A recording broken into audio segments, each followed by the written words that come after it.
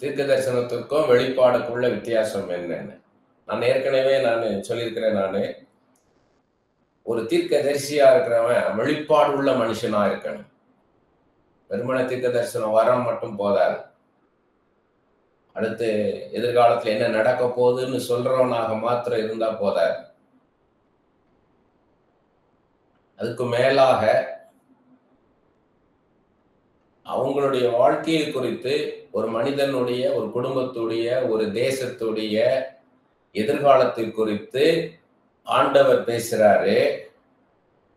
அத சொல்றது தீர்க்க தரிசனம்.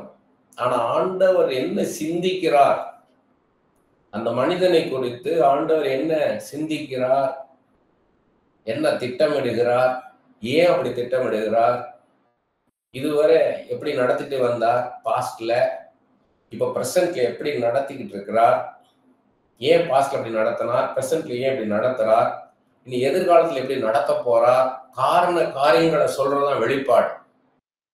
இங்க வரங்களை குறித்து நம்ம தியானிச்சோம்னா தீர்க்க தரிசனம் வரம் மாத்திரம் போதாது. அறிவை உணர்த்தும் வசனமும் ஞானத்தை போதிக்கும் வசனமும் வேணும். இந்த மூணு சேர்ந்தாதான் அது முழுமையாக ஒரு தீர்க்க தரிசியாக நிற்க முடியும். அதனால நிறைய பேர் ஸ்பிரிட் ஆஃப் ப்ராஃபசி, தீர்க்க தரிசனத்தின் ஆவி உள்ளவங்களை தீர்க்க தரிசியா பாக்குறாங்க. தீர்க்க தரிசனத்தின் ஆவின்றது ஆண்டவர் என்ன சொல்றாரு அப்படி சொல்லுவாங்க. திரும்ப இவங்க அவரோட பேச முடியாது. அவங்க ஆண்டவரோட கூட உறவாட முடியாது, மாறி மாறி பேச முடியாது. ஆண்டவர் சொன்னாருன்னா சொல்லுவாங்க, அவ்வளவுதான். எப்படி ஒரு சொப்பனம் வந்தா நம்ம சொல்றோமோ அது மாதிரி. நமக்கு தெரியாது சொப்பனம் நம்ம கேட்டு இப்படி ஒரு சொப்பனம் வேணும் ஆண்டவரேன்னு கேட்கறது இல்லை. ஆண்டவரா ஒரு சொப்பனம் கொடுக்கிறார், அதை நம்ம சொல்றோம். அது அந்த மாதிரிதான் இருக்கும் தீர்க்க தரிசனத்தின் ஆவின்றது. ஆனா தீர்க்க தரிசின்றவரு அறிவு உணர்த்து வசனம் மூலமாக அவருடைய கடந்த காலம் எப்படி இருந்தது, அடுத்தது அவருடைய நேச்சர், முக்கியமானது அதுதான். அந்த மனிதனுடைய குணாதிசயம் என்ன. நீங்க யோவான் எழுதின சுவிசேஷம் 1ஆம் அதிகாரத்துல பாத்தீங்கன்னா நாத்தான் மேல பார்த்து ஆண்டவர் சொல்றாரு, கபடற்ற உத்தமமான இஸ்ரவேலன்றாரு. கபடு இல்லாத, உள்ள ஒண்ணு வெளியே ஒண்ணு இல்லாத உத்தமமான இஸ்ரவேல் நாட்டை சேர்ந்தவன்றார். அதுதான் அறிவு உணர்த்தும் வசனம். சமாரிய ஸ்திரீட்ட சொல்றாரு, ஏற்கனவே இருந்தவங்க ஹஸ்பண்ட்ஸ் கிடையாது, இப்ப இருக்கிற ஹஸ்பண்ட் கிடையாது அப்படின்னு சொல்றாரு. பாஸ்ட்ல நடந்ததை சொல்றாரு. அப்பதான் ஒரு மனுஷனை நீங்க முழுமையாக அவன் தீர்க்க தரிசனம் சொல்ல முடியும். ஒரு +2 படிச்சுட்டு வரான் ஒருத்தன், அவன் அதுக்கு மேல அவன் ஃபர்தரா ப்ரொசீட் பண்ணணும், எந்த கோர்ஸ்ல சேர்ந்து போறது அப்படின்னும் போது அவனுடைய நேச்சர் என்ன, அவனுடைய கெப்பாசிட்டி என்ன, அவன் எந்த அளவுக்கு தாங்குவான், அவன் எதுல இன்வால்வ் ஆவான், எதுல இன்ட்ரெஸ்டா இருப்பான், எதுல சக்சஸ்ஃபுல்லா வருவான்றத வேர்ட் ஆஃப் நாலேஜ்ல உங்களுக்கு வெளிப்படுத்துவார். அடுத்தது வேர்ட் ஆஃப் விஸ்டம், ஞானத்தை போதிக்கும் வசனத்துல எப்படி சொல்வாருன்னா, எதனால அவன் அப்படி போகணும், எதுக்காக, என்ன ரீசன்ஸ், அந்த ரீசன்ஸ் அதான் லாஜிக் அப்படின்றது. அந்த ரீசனை சொல்லுவார் ஞானத்தை போதிக்கும் வசனத்துல. ஸோ இப்படிப்பட்ட ஒரு வெளிப்பாடு உள்ள மனுஷன் ப்ராஃபஸி சொல்லும் போதுதான் அது பூர்ணமாக இருக்கும். இப்ப நீங்க தேவ சித்தத்தை சொல்றது கூட பாத்தீங்கன்னா நிறைய பேர் பெர்ஃபெக்ட் வில், பெர்மிசிவ் வில்னுவாங்க. பெர்ஃபெக்ட் வில்னா ஆண்டவர் என்ன சொல்றாரோ இதுதான் அப்படின்னு சொல்றது. இதுதான், இப்படித்தான், இந்த வேலைக்கு தான் போகணும், இந்த பையனை தான் கல்யாணம் பண்ணணும், இந்த பொண்ணை தான் கல்யாணம் பண்ணணும், இந்த இடத்த தான் வாங்கணும் அப்படின்ற தேவ சித்தம். பெர்மிசிவ் வில் அதான் பெர்ஃபெக்ட் வில். அது பெர்மிசிவ் வில் என்னன்னு கேட்டீங்கன்னா, இந்த இடத்த வாங்கலாம், கர்த்தர் ஆசீர்வதிப்பார்ன்றது. ஆனா அந்த நிலம் தான் ஆண்டவருடைய பரிபூர்ணமான சித்தம். இது அனுமதிக்கப்பட்ட சித்தம். இப்போதைக்கு இதை வாங்கிக்கோங்க, ஆனா ஃபியூச்சர்ல அதை வாங்கிடுங்க. இதான் பெர்மிசிவ் வில், பெர்ஃபெக்ட் வில்னு வாங்க. எனக்கு அதுல உடன்பாடு கிடையாது. ஆண்டவர் எஸ்னா எஸ், நோனா நோ, அவ்வளவுதான். ஏன்னா சொல்றாரு இல்லையா, அந்த வாக்குத்தத்தங்கள் எல்லாம் இயேசு கிறிஸ்துக்குள் ஆம் என்றும் ஆமேன் என்று இருக்கு. அது முந்தின வசனம் ஆம் என்றும் இல்லை என்றும் இல்லாமல். அவர் எஸ் நோ எல்லாம் சொல்ல மாட்டார், எஸ் அண்ட் ஏமேன், அவ்வளவுதான். உறுதியாக சொல்வார், இதுதான் ஒரு பையன் போய் வெளிநாட்டுல படிக்கணும்னா இந்த தேசத்துலதான் படிக்கணும் அப்படின்னா அந்த தேசத்துலதான், அந்த யூனிவர்சிட்டியில தான் படிக்கணும், இந்த கோர்ஸ் தான் படிக்கணும்ன்றார். அப்படிதான் ஆண்டு பேசுவார் ஒழியே அது கிடைக்கணும் இதுல போய் சேர்ந்துக்கிட்டோம் அப்படி சொல்ல மாட்டார். அப்படி ஆண்டவரால் முடியாத காரியம் எதுவுமே கிடையாது.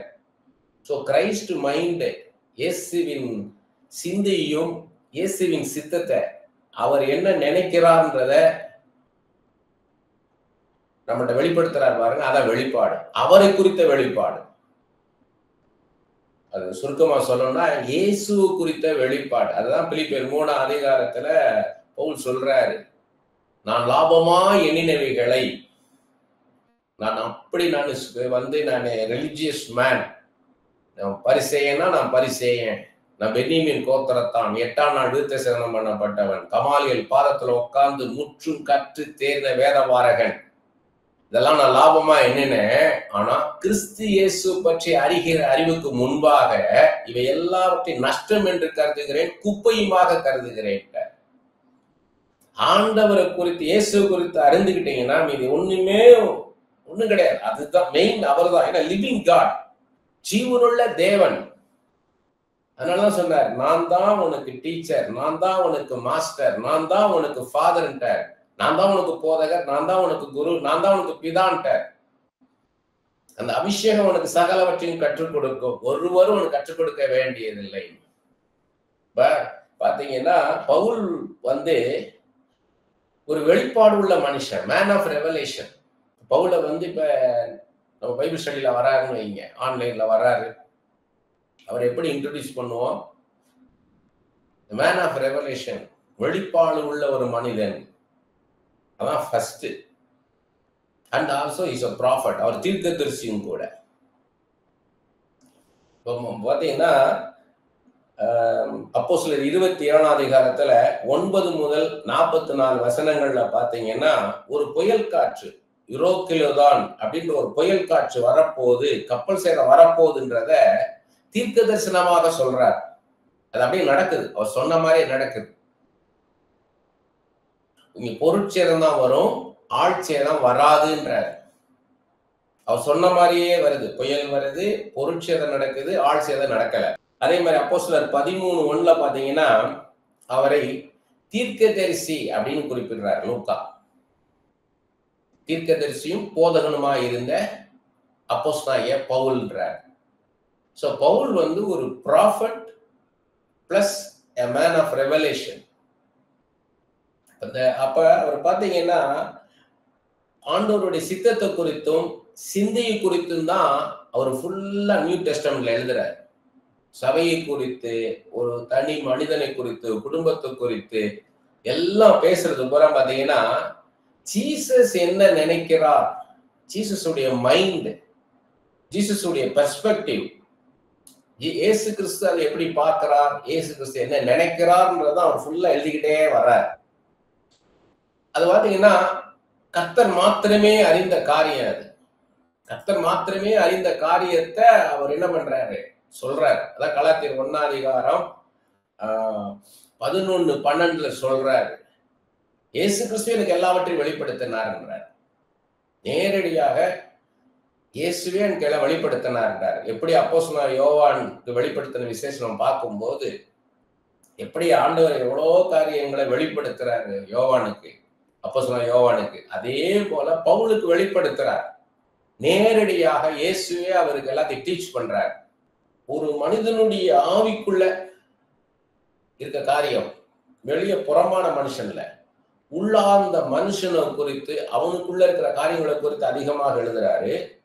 அடுத்தது ஆவிக்குரிய உலகத்தை குறித்து எழுதுறார். அதுதான் மிஸ்ட்ரி.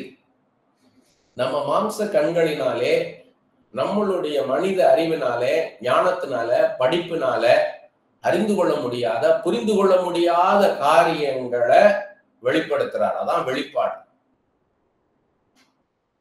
நம்மளால பெற முடியாத, மனித அறிவினால, ஞானத்தினால, படிப்புனால நாம புரிந்து கொள்ள முடியாத, அறிந்து கொள்ள முடியாத காரியங்களை கர்த்தரிடமிருந்து பெற்றுக்கொள்வதுதான் வெளிப்பாடு. தீர்க்கதரிசியா இருக்கிற மனுஷன் வெளிப்பாடு உள்ள மனுஷனாக இருக்கணும். தேவ சித்தம் என்ன, தேவ திட்டம் என்ன, அதை சொல்லணும். எப்படி நடத்துவார்? உங்ககிட்ட ஒரு 17 வயசுல ஒரு பையன் வந்து நிக்கிறான். அவன் பேர் ஜோசப், அவன் பேர் யோசேப்பு. அவன் ப்ரே பண்றீங்க அந்த பையனுக்கு. பைபிள்ல பாக்குறோம், என்ன சொப்பனத்தை யோசேப்பு கண்டாரோ அதை நீங்க தரிசனமா உங்களுக்கு ஆண்டவர் கொடுக்கிறார். நீங்க சொல்றீங்க, எல்லாருக்கும் மேல, உன் குடும்பத்துல எல்லாருக்கும் மேல நீ உயர்த்தப்படுவாய், சகல ஜனங்களை பார்க்கலே நீ உயர்த்தப்படுவாய், சூரியன் சந்திரன் எப்படி உயரத்துல அண்ணாந்து பார்க்கிறையோ அப்படி போல உன்னை உயர்த்த போறார் அப்படின்றது தீர்க்க தரிசனம். வெளிப்பாடு எப்படின்னு கேட்டீங்கன்னா, நீ வந்து நல்ல அட்மினிஸ்ட்ரேட்டிவ் ஸ்கில் உன்கிட்ட இருக்குது, நிர்வாக திறமை உன்கிட்ட இருக்குது. ஆல்ரெடி நீ என்ன பண்ற, ஒரு சகோதரர்கள்லாம் ஆடு மேய்க்கிறத நீ சூப்பர்வைஸ் பண்ணிக்கிட்டு இருக்கிற, நீ கண்காணிச்சுக்கிட்டு இருக்கிற, உன்கிட்ட உண்மை இருக்குது, பரிசுத்தம் இருக்குது. இதுதான் அறிவை குணத்து வசனம். அவருடைய நேச்சர் என்னன்றத ஆண்டவர் உன்னை முன்னமே தெரிந்து கொண்டார். கருவில் உருவாக்குவதற்கு முன்பாக தெரிந்து கொண்டார். அதுக்குத்தான் உன்னை உருவாக்குனதே. உன்னை தேசங்களுக்கு மேல உன்னை உயர்த்த போறார். ஆனால் அது முன்பாக சில பாடுகள் வழியாக கடந்து போவாய். அதான் வெளிப்பாடு. அதான் வெளிப்பாடு. இன்னைக்கு எல்லாருமே என்னன்னா, ஆண்டவர் உயர்த்தணும் அப்படின்னு நான் நினைக்கிற வழியா என்ன வழியா போகணும் அதை சொல்றதா வெளிப்பாடு. இந்த பாடுகள் வழியா நீ போவ. ஒரு சகோதரி வந்து திருமண காரியத்துக்காக ஜெபிக்கும் போது ஒரு மனுஷனை காமிக்கிறாரு. ஆனா நீ பல பாடுகள் வழியா நீ கடந்து போகணும் மகளே, பல பாடுகள் வழியா கடந்து போகணும். ஆனா நானு உன்னை ஆசீர்வதிப்பேன் ஏன்னா அப்படின்னு சொல்றேன். ஏன்னு கேட்டீங்கன்னா, அந்த சகோதரினாலதான் அவரை உருவாக்க முடியும். அந்த மனிதனை வேற எந்த மனுஷியாலும் அதை உருவாக்க முடியாது. தேவ திட்டம். ஏன் ஆண்டவர் யாரை கொண்டும் பண்ண முடியும். ஆனா ஆண்டவருடைய பிளான் என்னன்னா, இந்த சகோதரியை கொண்டுதான் அவரை உருவாக்க முடியும். ஏன்னா இந்த சகோதரிக்கு தான் அந்த தகுதி இருக்கு, அந்த பொறுமை இருக்கு. இது நிமித்தம் உங்களுக்கு இரட்டத்தனையான ஆசீர்வாதம் வரும். பல வருடங்களாக அப்படிப்பட்ட வாழ்க்கையை வாழ்ந்துட்டு இருக்காங்க அந்த சகோதரி. அடிக்கடி போன் பண்ணுவாங்க, கஷ்டமா இருக்குண்ணா, ஆனா ஆண்டவர் சொல்லியிருக்காருல்லண்ணா எனக்கு நல்ல வாழ்க்கை வரும்ண்ணா, நிச்சயமா என்னை ஆண்டவர் ஆசீர்வதிப்பாருண்ணா, அந்த நிச்சயம் எனக்குள்ள இருக்கு. எப்படி பாருங்க, அவங்க வாழ்ற வாழ்க்கையில யாருமே இந்த விட்டுட்டு போயிடுவாங்க. குடும்பத்தை விட்டு மட்டும் இல்ல, உலகத்தை விட்டே போயிடுவாங்க. அப்படிப்பட்ட ஒரு கடுமையான வாழ்க்கை, கடினமான வாழ்க்கை. ஆனா அந்த சகோதரி பொறுமைன்னா பொறுமை, அவ்வளவு பொறுமை, அவ்வளவு அவமானம், நிந்த அவமானம் தான் அந்த அளவு அவமானம், நிந்தைன்னா அந்த அளவு நிந்த, அவ்வளவு சகிச்சுக்கிட்டு பொறுமைக்கு மேல சகிப்புத்தன்மை, பேஷன்ஸ் வேற, டாலரன்ஸ் வேற. அவங்க அதெல்லாத்தையும் சகிச்சுட்டு அந்த சகோதரி சந்தோஷமா சொல்லுவாங்க, எனக்கே கஷ்டமா இருக்கும், இப்படி ஒரு வாழ்க்கை வாழணுமான் இருக்கும், நிச்சயமா என்னை ஆண்டவர் வந்து ஆசீர்வதிப்பாரு நான் வாங்க, எனக்கு ஜெபம் மட்டும் பண்ணுங்க நான் வாங்க. அவங்க ரொம்ப ஈஸி அதை விட்டு வெளியே வர்றது. என்னால இப்படி இருக்க முடியாதுன்னு சொல்லிட்டு அவங்க அம்மா வீட்டு கிளம்பி போயிடலாம். ஆனா அவங்க யார்ட்டையும் சொல்ல மாட்டாங்க அவங்க கஷ்டத்தை. அவ்வளோ கஷ்டம், அதை நான் வெளிப்படையா சொல்ல முடியாது என்ன மாதிரி கஷ்டம்ன்றத. யாரா இருந்தாலும் ஒரு நாள் கூட வாழ முடியாது, 2 மணி நேரம் அந்த மாதிரி வாழ்க்கையை வாழ முடியாது. ஆனா 24 மணி நேரமும் 7 நாட்களும் 365 நாட்களும் இப்படிப்பட்ட வாழ்க்கை அந்த சகோதரி பல வருடங்களாக வாழ்ந்துட்டு இருக்கிறாங்க. ஏன் ஆண்டவருடைய நடத்தணும்னு சொல்ல முடியாது. சில காரியங்கள் வச்சிருக்கிறேன் நானு, பின்னாடி சொல்வேன். ஆனா அதுக்கு முன்னாடி முன்னோட்டமா சொல்றேன். இஸ்ரவேல் ஜனங்கள் கடின கழுத்து உள்ளவங்களா இருந்தாங்க. ஆண்டவர் ஆசீர்வதிக்கும் போது என்ன பண்ணிடுறாங்க, ஆசீர்வாதத்தை வாங்குறாங்க, திரும்ப என்ன பண்ணிடுறாங்க, அவங்க இஷ்டம் போல போயிடுறாங்க. திரும்ப கஷ்டப்படும் போது மனம் திரும்பி வரும்போது ஆண்டவரை ஏத்துக்கும் போது ஆண்டவர் ஆசீர்வதிக்கிறார், திரும்பவும் போயிடுறாங்க ஆண்டவர் விட்டு. அதனால என்ன பண்ணாருன்னா 40 வருஷங்களை நடத்தினார் வனாந்தரத்துல. யோசுவாவும் காலேபும் ஏன் அப்படி நடக்கணும்? அவங்க 2 பேரும் வேற ஆவி உள்ளவர்கள். அவங்க வந்து அந்த மிச்ச இஸ்ரேல் ஜனங்களை போல கிடையாது. ஆனா அவங்களும் அந்த 40 வருஷம் அந்த கூட்டத்துல நடந்தாங்க. ஏன்? நிறைய பேர் டீச்சர்ஸ் இருக்கிறீங்க,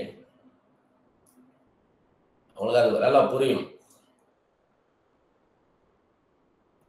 ஒரு கிளாஸே வந்து மாசா லீவ் எடுத்துட்டானுங்க எக்ஸாம். அப்ப 2 பையங்க, காலேப் யோசுவான்னு 2 பசங்க மட்டும் வந்து எக்ஸாம் எழுதிட்டு போயிட்டானுங்க. 48 பேர் எழுதல. 50 பேர்த்துல 2 பேர் தான் எழுதினாங்க, காலேப் யோசுவான்னு 2 ஸ்டூடெண்ட் மட்டும். இது 48 பேர் எக்ஸாம் எழுதல. அந்த 2 பேரும் 100க்கு 100 வாங்கியிருக்காங்க.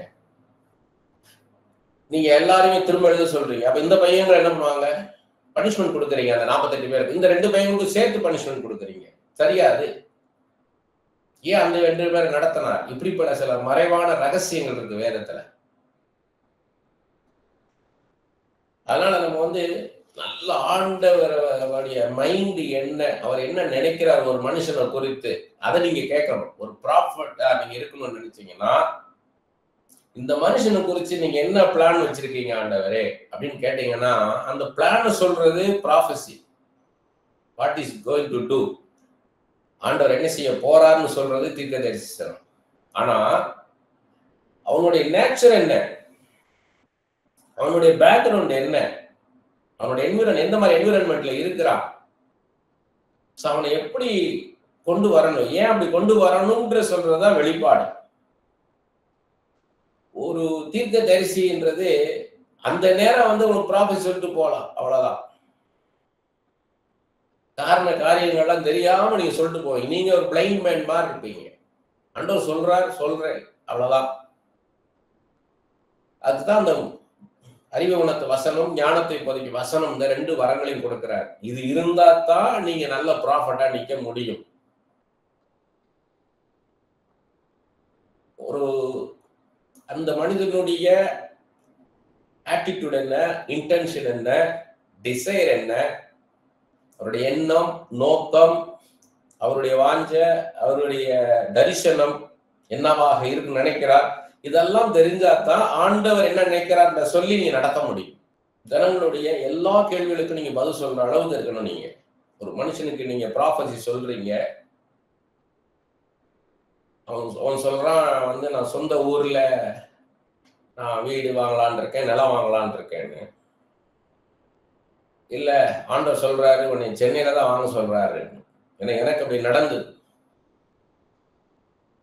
நான் பேசாம ஊர்லயே செட்டில் ஆயிடலாம், எங்க சொந்த ஊர்லயே செட்டில் ஆயிடலாம், அங்கேயே மினிஸ்ட்ரி பண்ணலாம்னு சொல்லி பிளான் பண்றேன்.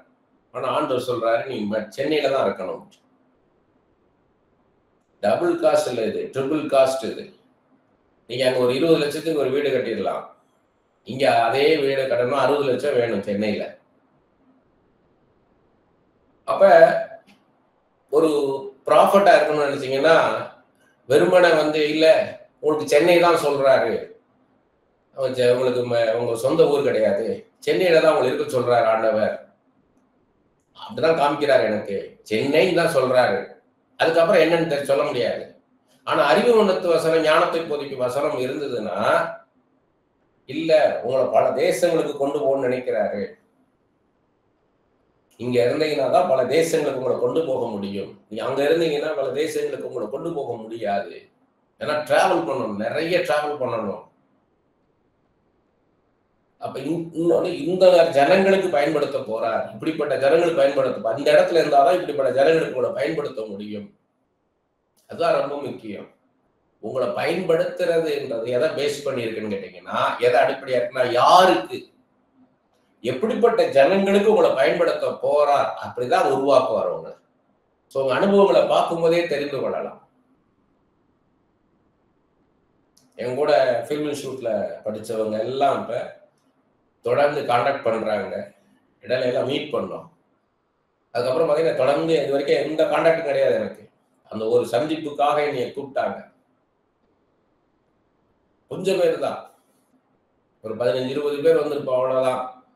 ஆனா அந்த ஒரு வாட்ஸ்அப் குரூப் ஃபார்ம் பண்ணி எல்லாருக்கும் தெரிய வந்துருச்சு. ஸோ என்னன்றா எனக்கு ப்ரே பண்ணிக்கோ, எனக்கு பேத்தி பறக்க போகுது, பேரனா பேத்தியான்னு தெரியாது, பேரப்புள்ள பறக்க போகுது, சொபிச்சுக்கோ. என் மகா ஆஸ்திரேலியா போயிருக்கிறா, ஆஸ்திரேலியால இருக்கிறா, அங்க செட்டில் ஆயிட்டா, இப்ப நான் ஆஸ்திரேலியா போறேன் பிரசவத்துக்காக, நீ ஜோம் பண்ணிக்கோன்னு சொல்லி எனக்கு ஃபோன் பண்ணி சொல்றான். அடுத்த ஒருத்தனுக்கு உடம்பு சரியில்லை, என்னுடைய ஹாஸ்டல்ல என் ரூம்மேட்டு ஃபிலிம் இன்ஸ்டியூட்ல, அவனுக்கு உடம்பு முடியல, வெளியூர்ல அட்மிட் ஆயிட்டான். உடனே எனக்கு ஃபோன் பண்ணி சொல்றானுங்க, இந்த மாதிரி ஒவ்வொருத்தரா ப்ரே பண்ணும்போது நல்லா இருப்பான் அப்படின்னு. உடனே எல்லாரும் சந்தோஷமாயிட்டானுங்க. ரொம்ப கிரிட்டிக்கல் ஸ்டேஜ்ல இருக்கிற ஹாஸ்பிட்டல்ல அப்படின்னு, ஹாஸ்பிட்டல்ல வந்து ரொம்ப கிரிட்டிக்கல் இதுல இருக்கான், கிரிட்டிக்கல் ஸ்டேஜ்ல இருக்கிறான் அப்படின்னு நான் சொன்னேன். அவன் நல்லா இருப்பான் அப்படின்னு போட்டேன் மெசேஜ். உடனே எல்லாரும் ஒரே சந்தோஷம், அவங்களுக்கு ஏத்துக்கிறானுங்க. அப்படி நம்மள வந்து இப்ப இந்த மாதிரி இதை நாம பண்ணணும்னா அந்த வழியில கொண்டாந்துருக்காரு எனக்கு. உங்களை வந்து ஒரு பைபிள் காலேஜ்ல வச்சு ஒரு அசிஸ்டன்ட் பாஸ்டரா வச்சு கொண்டு வந்தாருன்னா ஒரு விதமா பயன்படுத்துவார். உங்களை செக்குலர் ஃபீல்ட்ல வச்சு உங்களை கொண்டு வந்தாருன்னா உங்களை எல்லாத்துலயும் பயன்படுத்தலாம். அதுக்கு பெரிய உதாரணம் பவுல் தான். பவுல் வந்து ஒரு அப்போஸ்தலன் மாத்திரம் அல்ல, ஒரு தீர்க்கதரிசி, ஒரு சுவிசேஷகன், ஒரு டீச்சர், ரைட்டர். அவர் எல்லாம் அந்த 5 வகை ஊழியத்துல அவரை பயன்படுத்தினார். ஒரு போதகராக அவரை பயன்படுத்தினார். ஆண்டவர் 5 வகை ஊழியத்துல அவரை பயன்படுத்தினார் பவுல. ஏன்னா ஜனங்களுடைய எல்லா கேள்விகளுக்கும் நீங்க பதில் சொல்லணும். அதுதான் அவனை சொல்லிட்டு வரேன். நீங்க அந்த அனுபவங்கள் இருந்தா தான் அவன் கேட்கிற எல்லா கேள்விக்கும் பதில் சொல்ல முடியும். ஏன் நான் இங்கதான் இடம் வாங்கணும், அங்கேயே இடம் வாங்க கூடாது? ஏன் நான் இங்கே வந்து வீடு வாங்கணும்னா அங்கேயே வீடு வாங்க கூடாது? நான் கஷ்டமா இருக்கு, இந்த வேலை ரொம்ப கஷ்டமா இருக்கு, என்னை அவ்வளவு கஷ்டப்படுத்துறாங்க, ஏன் இந்த வேலையில இன்னும் இருக்கணும்னு சொல்றீங்க அப்படின்னும் போது உங்களுக்கு வேதத்தை குறித்து நல்ல வெளிப்பாடு இருக்கணும். அப்பதான் நீங்க கைட் பண்ண முடியும். பைபிள் வந்து ரொம்ப ரொம்ப முக்கியம். பைபிள் இல்லைன்னா ஒண்ணுமே கிடையாது. ஏன்னா சிறைச்சாலையில கதவுகள்லாம் திறந்த பிறகும் பவுல் ஓடல. அந்த வெளிப்பாடு இருந்தா தான் இதை நீங்க சொல்ல முடியும். அங்கிருந்தா பேசுறாரு, நீங்க வந்து இந்த இடத்துல இருக்கணும். இப்ப எனக்கு வந்து இப்ப வெளியே போகணும்னு ஜெபம் பண்ணேன், இந்த கஷ்டமா இருக்கு இந்த வேலை, இதை விட்டு போகணுங்க, எனக்கு ஒரு நல்ல வேலை கிடைச்சு போயிட்டுமானா நோன்னு அந்த நோன்றதை நீங்க அண்டர்ஸ்டாண்ட் பண்ண முடியும். ஏன்னா பவுல் காரியத்தை பார்த்தியா எப்படி பண்ணேன், சிறைச்சாலை கதவுகள் திறந்துருச்சு, சங்கிலியெல்லாம் கை கால்லாம் கட்டி வச்ச சங்கிலியெல்லாம் கலண்டு விழுந்துருச்சு, ஆனா பவுல் ஓடலை. ஏன்னா அங்க தேவ சித்தம் நிறைவேறல, அதுக்காக காத்திருந்தார். அப்பதான் அந்த சிறைச்சாலை தலைவனும் குடும்பமும் ரசிக்கப்படுது. அது மாதிரி இவனை கொஞ்ச நாள் இருக்க சொல்லிருவார். அது மாதிரி வெளிப்பாடுகள் இருந்தா தான் நீ நல்ல ஒரு தீர்க்கதரிசியா நிக்க முடியும். அதனால வேதத்தை அதிகமாக படிக்கணும். அவங்க ஏன் எதுக்குன்ற எல்லா கேள்விக்கும் நீங்க பதில் சொல்லும் போது அவங்க உறுதியா நிற்பாங்க. ஈச் அண்ட் எவ்ரி ஸ்டெப் நீங்க நடத்தணும். தானியேல் அதே மாதிரி பாத்தீங்கன்னா ஒரு தீர்க்கதரிசி, அதற்கு மேலாக ஒரு வெளிப்பாடு உள்ள மனுஷன். ஒரு குறிப்பிட்ட மனுஷன் நேபுகாத் நேச்சாருக்கு மாத்திரம் ஒரு எதிர்காலத்தை குறித்து சொல்லல. அந்த சிலையோட சொப்பனம் இதுதான், விளக்கம் இதுதான், சொப்பனம் இதுதான், விளக்கம் இதுதான் மட்டும் இல்ல, அந்த தேசத்துக்கே தீர்க்க தரிசனம் சொல்றாரு. வெளிப்பாடு அது. உனக்கு அப்புறம் இப்படி இருக்கும், அடுத்து இப்படி இருக்கும், அடுத்து இப்படி இருக்கும், அடுத்து இப்படி 4 ராஜ்யங்களை குறித்து பேசுறாரு. அடுத்தடுத்து தேசத்தை நடக்க போற காரியங்களை பேசுறாரு. இது வெறுமனே தீர்க்க தரிசனம் இல்ல, வெளிப்பாடுள்ள ஒரு ப்ராஃபஸி அது. அடுத்து பாத்தீங்கன்னா யோசேப்பு தேசத்துல என்ன நடக்க போகுதுன்னு சொல்றாரு. யோசேப்பு வந்து அடுத்து செழிப்பான காலம் வரும், அதுக்கு பஞ்சகாலம் வரும், இது 7 வருஷம் இருக்கும், அடுத்து இது இருக்கும். இந்த செழிப்பான காலத்துல எல்லா தானியத்தையும் சேர்த்து வச்சிருக்கணும். ஏன்னா இதை வச்சுதான் பஞ்ச காலத்துல நீ வந்து எல்லா உங்களுடைய தேவைகளை சந்தித்துக் கொள்ளணும் என்று சொல்லி சொல்றார். இது வந்து பாத்தீங்கன்னா சொப்பனத்துக்கு அர்த்தம் மட்டும் சொல்லல, என்ன செய்யணும்னு சொல்றார். அதை பாத்தீங்கன்னா அது ஆதியாகமம் 41 அதிகாரம் 33, 34 வசனங்கள்ல சொல்றாரு. ஆகையால் பார்வோன் ராஜாட்ட யோசேப்பு சொல்றாரு, அந்த சொப்பனத்துக்கான விளக்கம் சொல்லிட்டாரு. 7 வருஷம் செழிப்பான காலங்கள் வரும், 7 வருஷம் பஞ்ச காலம் வரும். இந்த செழிப்பான காலத்துல தானியத்தை சேர்த்து வச்சுக்கணும், இதை வச்சுதான் நீ பஞ்ச காலத்துல ஜனங்களை வந்து போஷிக்க முடியும் சொல்லிட்டு சொல்றாரு பாருங்க. ஆதியா 41, 33, 34 வசனங்கள்ல. ஆகையால் விவேகமும் ஞானமும் உள்ள ஒரு மனுஷனை தேடி அவனை எகிப்து தேசத்துக்கு அதிகாரியாக பார்வோன் ஏற்படுத்துவாராக. இப்படி பாருங்க, விவேகம். முன்னால நடக்க போற காரியத்தை முன்னாடி யோசிக்கணும், அதான் விவேகம். இப்ப ஒரு பிரிட்ஜ் கட்டுறாங்கன்னு கேட்டீங்கன்னா, இப்ப பிரசன்ட்ல அங்க எவ்வளவு போக்குவரத்து இருக்குது அப்படின்றத வச்சு கட்ட மாட்டாங்க. 20 வருஷத்துக்கு அப்புறம் இந்த இடத்துல போக்குவரத்து எப்படி இருக்கும், அந்த போக்குவரத்து நெரிசல் எப்படி இருக்கும், பாப்புலேஷன் டென்சிட்டி எவ்வளவு இருக்கும், ஜனத்தொகை எவ்வளவு இருக்கும், அதுக்கு ஏத்த மாதிரிதான் அவங்க கட்டணும். 20 வருஷத்துக்கு உள்ள 20 வருஷத்துக்கு பின்னால உள்ளத முன்னாடி யோசிக்கணும், அதான் விவேகம்.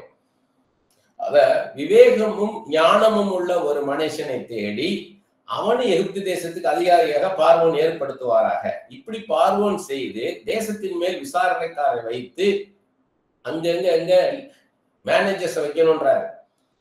பரிபூர்ணமான 7 வருஷங்களில் எகிப்து தேசத்திலே விளையும் விளைச்சலில் 5இல் 1 பங்கை வாங்கும்படி செய்வாராக. 1/5, 1/5, 5ல 1 பங்கு மட்டும் அந்த விதையை வாங்கி வச்சுக்கிடணும்ன்றார். இது அங்கங்க இப்ப சொல்லணும்னா டிஸ்ட்ரிக்ட் வைஸ் ஒவ்வொரு டிஸ்ட்ரிக்ட்லயும் சேர்த்து வச்சிடணும்ன்றார். அந்தந்த டிஸ்ட்ரிக்ட்ல வச்சுக்கிடணும், அடுத்த 7 வருஷம் இதுல இருந்தா நீங்க எடுத்துக்கிடணும். இது வந்து சொல்றாரு பாருங்க, இதான் வெளிப்பாடு.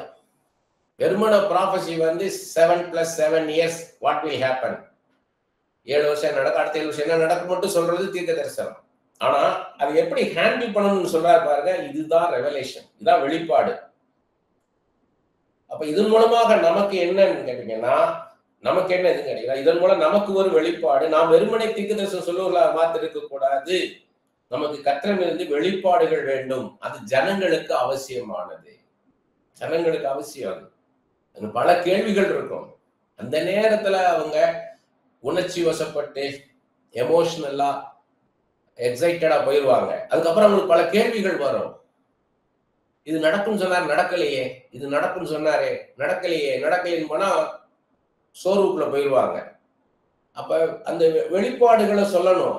உன்னுடைய நேச்சர் இதுதான், உன்னால இதைதான் செய்ய முடியும், இதை செய்ய முடியாது, அதனால நீ இப்படிப்பட்ட பாதையில், அதனால ஆண்டு கொண்டு போறாரு உன்னைய. இப்படி சொல்லும் போதுதான் அவங்க வந்து தெளிவா போவாங்க. கொஞ்ச நாள் கஷ்டம் இருக்கும், போத்திபார் வீடு வரும், சிறைச்சாலை வரும் அப்படின்னு சொல்லி அனுப்புனீங்கன்னா, போத்திபார் வீடு வரும்போது ஆண்டவரே ஸ்தோத்திரப்பா, நீங்க சொன்னீங்க, எனக்கு இருக்கிறதுக்கான பொறுமையை தாங்க, சகிப்புத்தன்மையை தாங்கப்பா, என்னை பொறுத்து கொள்ளணும் ஐயா, எவ்வளவு அவமானப்படுத்தினாலும் நான் பொறுமையா இருந்து என்னை காத்துக்கொள்ள கிருபை பாராட்டுங்க, விசுவாசத்துல நிக்க எனக்கு கிருபை பாராட்டுங்கப்பான்னு கேட்டு போகணும். ஒரு ப்ராபசி மட்டும் சொல்றது போதாது, தீர்க்கதரிசனம் சொல்றது மட்டும் போதாது, தொடர்ந்து அவங்களை வழி நடத்தணும், ஸ்டெப் பை ஸ்டெப் வழி நடத்தணும். வெளிப்பாடுள்ள ஒரு தீர்க்கதரிசி மனுஷனுடைய வாழ்க்கையை மேலோட்டமா பார்க்க மாட்டான், மேம்போக்கா பார்க்க மாட்டான். உற்று கவனித்து கர்த்தருடைய நடத்துதலை பார்ப்பாங்க. நல்லா இதை வந்து நான் சொல்றது ரொம்ப முக்கியமானது. ஒரு குடும்பத்துக்கு நீங்க ப்ராபசி சொல்லிட்டீங்கன்னு வைங்க, ஒரு அம்மா அப்பா பிள்ளைகள் இருக்கிறாங்க, அந்த குடும்பத்துக்கு நீங்க ஒரு தீர்க்க தரிசனம் சொல்லிட்டீங்க. அதுக்கு அப்புறம் எப்படி இருக்குன்னு கேட்டீங்கன்னா, நீங்க அவங்க லைஃப் எப்படி போகுதுன்னு பார்த்துட்டே வரணும். அவங்க எப்படி நடக்குது அவங்க லைஃப் அப்படி பார்த்துக்கிட்டே வரணும். ஏன் அப்படின்னு கேட்டீங்கன்னா, ஆண்டவர் எப்படி நடத்துறாருன்றதை நீங்க தெரிஞ்சு கொள்றதுக்காக. ஒரு பஸ் போகுது, ஒரு கார் போகுது அப்படின்னா என்ன அர்த்தம், அந்த டிரைவர் அதை ஓட்டுறாரு, அந்த மாதிரி அந்த பஸ்ஸ, அந்த காரை, அதனாலதான் அந்த பஸ் அப்படி போகுது. முந்தானேத்து ஒரு மீட்டிங் போயிட்டு திருப்பி வரோம், இன்னொரு பாஸ்டர் வந்து கூட்டிட்டு வர்றாரு அவர் கார்ல. நாங்க வந்து இவரே நல்ல ஸ்பீட்ல வராரு, எங்களுக்கு பின்னாடி வந்த ஒரு கார் பாத்தீங்கன்னா, ஒரு ஆட்டோ ஓட்டுறது கூட மோசம், ஒரு பைக் ஓட்டுறது கூட மோசமா உள்ள புகுந்து, இந்த காருக்கு அந்த காருக்கு நடுவுல புகுந்து, அடுத்து இன்னும் 2 காருக்கு நடுவுல புகுந்து, அந்த சைட்ல ரைட்ல போய் எக்ஸ்ட்ரீம் லெஃப்ட் போய் அழக்கழிச்சுன்னா அதை பார்க்கும் போதே தெரியுது அவன் வந்து கண்ணா அப்படின்னான்னு ஓட்டுறான். அந்த வண்டி ஒரு டிசிப்ளினே இல்லை, கொஞ்சம் கூட. எப்ப யாரப்ப இடிக்கிற மாதிரி போறான், எல்லாரையும் பயந்துட்டாங்க, ரோட்ல போறவங்க எல்லாருமே பயப்படுறாங்க அந்த காரை பார்த்து. ஏன்னா எப்படி போறானே தெரியல, அவன் கண்ணு மூடிட்டு ஓட்டுறானான்னு தெரியல. அப்ப இது பார்க்கும்போது உள்ள யாரு டிரைவ் பண்றான், அவன் தான் அந்த மாதிரி பண்ணிக்கிட்டு இருக்கிறான். இப்போ ஒருத்தருடைய வாழ்க்கை அப்படி நடக்குதுன்னா அதுக்கு பின்னாலே கத்தரை நீங்க பார்க்க தெரிஞ்சுக்கணும். அதான் வெளிப்பாடு. நீங்க ப்ராஃபஸி சொல்லிட்டீங்க, சொன்ன பிறகு அந்த குடும்பத்தை கவனிக்கணும். நீங்க எப்படி நடத்துறாரு, டே டு டே லைஃப்ல ஒவ்வொரு நாளும் அந்த குடும்பத்தை எப்படி நடத்திட்டு போறாருன்றதை நீங்க கவனிக்கணும். அப்ப அதுல ஆண்டவர் எப்படி நடத்துறாருன்றத நீங்க பாக்குறீங்க. அது அதுவா நடக்கல அவங்க வாழ்க்கை, ஆண்டவர் நடத்துறாரு. அவங்க சொல்றதெல்லாம் நம்மளுக்கு எப்படி இருக்குன்னு கேட்டீங்கன்னா, ஒண்ணு பாசிட்டிவா இருக்கும், இல்லைன்னா நெகட்டிவா இருக்கும்.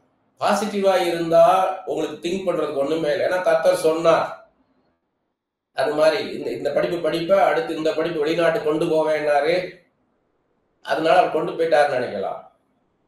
நெகட்டிவா நடக்குதுன்னு வைங்க, ஆப்போசிட் வேலை. அப்ப அது உங்களுக்கு புரிந்து கொள்றதுக்கு கஷ்டமா இருக்கும். அந்த நேரத்தில் என்ன பண்ண கேட்டீங்கன்னா, நீங்க பைபிள் எடுத்து அப்படியே வாசிக்க ஆரம்பிக்கணும். நீங்க நிறைய பைபிள் படிக்கணும். பைபிள் அதிகமா நீங்க படிச்சீங்கன்னா ஆண்டவர் என்ன பண்ணுவாருன்னா அந்த குடும்பத்தை என்ன நடத்துறாருன்றத உங்கள்ட்ட பேசுவார். ஏன் அப்படி நடத்துறாரு கெஸ் பண்ணக்கூடாது. எதையுமே நம்ம ப்ராஃபஸி சொல்லும் போது நீங்க கெஸ் பண்ணி நீங்களா அசியூம் பண்ணி இப்படி நடத்துவார் அப்படின்னு சொல்லிடக்கூடாது. இப்படி நடத்தலாம், மேபி, மே நாட் பி, அந்த மாதிரி கெஸ்ஸிங்குள்ள போகக்கூடாது. நீங்களா ஒரு கால்குலேஷன் போடக்கூடாது. ஏன் இப்படி பண்ணலாமே அப்படி பண்ணலாமேன்னு சொல்லி உங்களுக்கா ஒரு ஒரு ஒரு திட்டம் போடக்கூடாது. நீங்க ஒரு கார் வாங்கணும்னு கேட்கறாங்க ஒருத்தவங்க, ஆனா அவங்க வச்சிருக்கிறது ஒரு 20% கேஷ் வச்சிருக்கிறாங்க, மீதி லோன் போடலான்னு கேட்கறாங்க. ஆண்டவர் உங்களுக்கு சொல்றதுக்கு காத்திருக்கணும். நீங்களா என்ன பண்ணலாம், 20% இருக்குது, அப்புறம் இஎம்ஐ கட்டிக்கிறேன்றாங்கல்ல, மாசம் மாசம் இவ்வளவு அமௌண்ட் கட்டிக்கிறேன்றாங்கல்ல, கட்டித்தான் பார்க்கட்டுமே அப்படி சொல்லிடக்கூடாது. அந்த குடும்பத்துடைய சூழ்நிலையை நீங்க பார்க்கணும். 2 பிள்ளைங்க காலேஜில் படிச்சுக்கிட்டு இருப்பாங்க. அந்த 2 பிள்ளைங்க காலேஜ் ஃபீஸ் கட்டிக்கிட்டு இருக்கணும். அவங்க வீட்டு வாடகை கொடுத்துட்டு இருப்பாங்க, சொந்த வீடு இருக்காது. ஒருத்தருடைய வருமானம் தான் இருக்கும், 2 பேர் வருமானம் இருக்காது. ஏற்கனவே ஒரு இஎம்ஐ கட்டிக்கிட்டு இருப்பாங்க. இதெல்லாம் நீங்க தெரிஞ்சுக்கிடணும். வெறுமனே நான் சூப்பர் நேச்சுரலா நான் சொல்லிடுவேன், நான் அசாதாரணமான ஒரு மனுஷனாக்கும் மனுஷியாக்கும் சூப்பர் நேச்சுரல் பவர் இருக்குன்னு சொல்லிட்டு கண்ணை மூடிக்கிட்டு ஓலா பாக்காத்தாரான்னு சொல்லிடக்கூடாது. அந்தந்த மரம் அந்தந்த கனியினால் அறியப்படும் இருக்கார். அவங்கள பேச சொல்லணும். அவங்க பேசும்போது அதுல இருந்து ஆண்டவர் உங்கள்கிட்ட பேசுவார். அவங்க சிச்சுவேஷன், ஃபேமிலி சிச்சுவேஷன் சொல்லுவாங்க.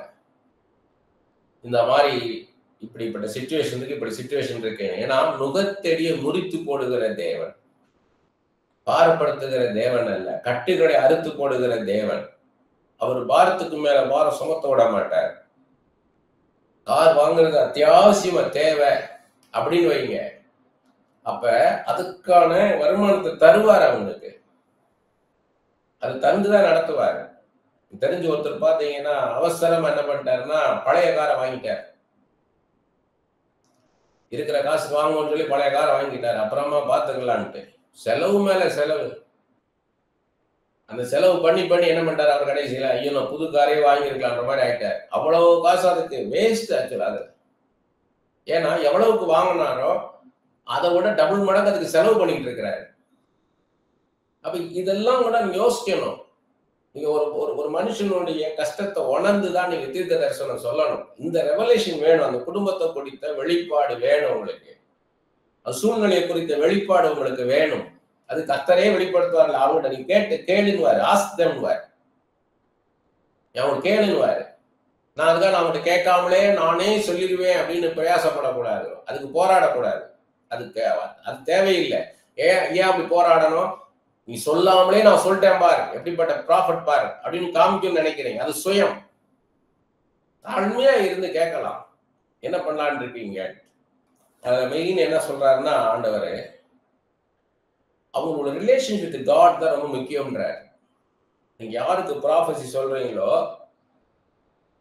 ஒரு மனிதனுக்கோ ஒரு குடும்பத்துக்கோ நீங்க சொல்றீங்கன்னா, அந்த மனிதனுக்கும் கர்த்தருக்குள்ள உறவு, அந்த குடும்பத்துக்கும் கர்த்தருக்குள்ள உறவ வைத்து தான் உங்களுக்கு ப்ராஃபஸி சொல்ல வைப்பார். முதல்ல அதை குறித்த வெளிப்பாடு உங்களுக்கு வேணும். அவங்க நல்லா செபிக்கிறவங்க, நல்ல வேதத்தை தியானிக்கிறவங்க, என்னோட நல்ல உறவுல இருக்கிறவங்கன்னு ஆண்டவர் அவங்கள குறித்து சர்டிபிகேட் கொடுக்கணும் உங்களுக்கு. ஆண்டவர் சொல்லணும் உங்களுக்கு, இவன் இவன் வந்து எனக்கு பிரியமான மனிதன் அப்படின்னு சொல்லுவார். சில பேர் சொல்லுவார், இவங்க நிறைய பேர்கிட்ட ப்ராஃபஸி கேட்டுக்கிட்டு இருக்காங்க, நிறைய பேர்கிட்ட மெசேஜை கேட்டுக்கிட்டு இருக்காங்க, அதனால குழம்பி போயிருக்காங்கன்னு. அப்ப அவங்க ஒரு ஸ்டெடினஸ்க்கு கொண்டாடுவார். அதுக்கப்புறம் தான் அவங்கள நடத்த முடியும். அவர் அநேக போதனைகள் கேட்டுட்டு இருப்பாங்க, கேட்டுட்டு என்ன பண்ணுவாங்க, கன்ஃபியூஸ் ஆயிருப்பாங்க. அப்ப அவங்களுக்கு வந்து ஆண்டவர் சொல்லுவார், ஒரு ஸ்டெடி மைண்டுக்கு வரணும்னுவார். அதான் ரெவலேஷன், அதான் வெளிப்பாடு.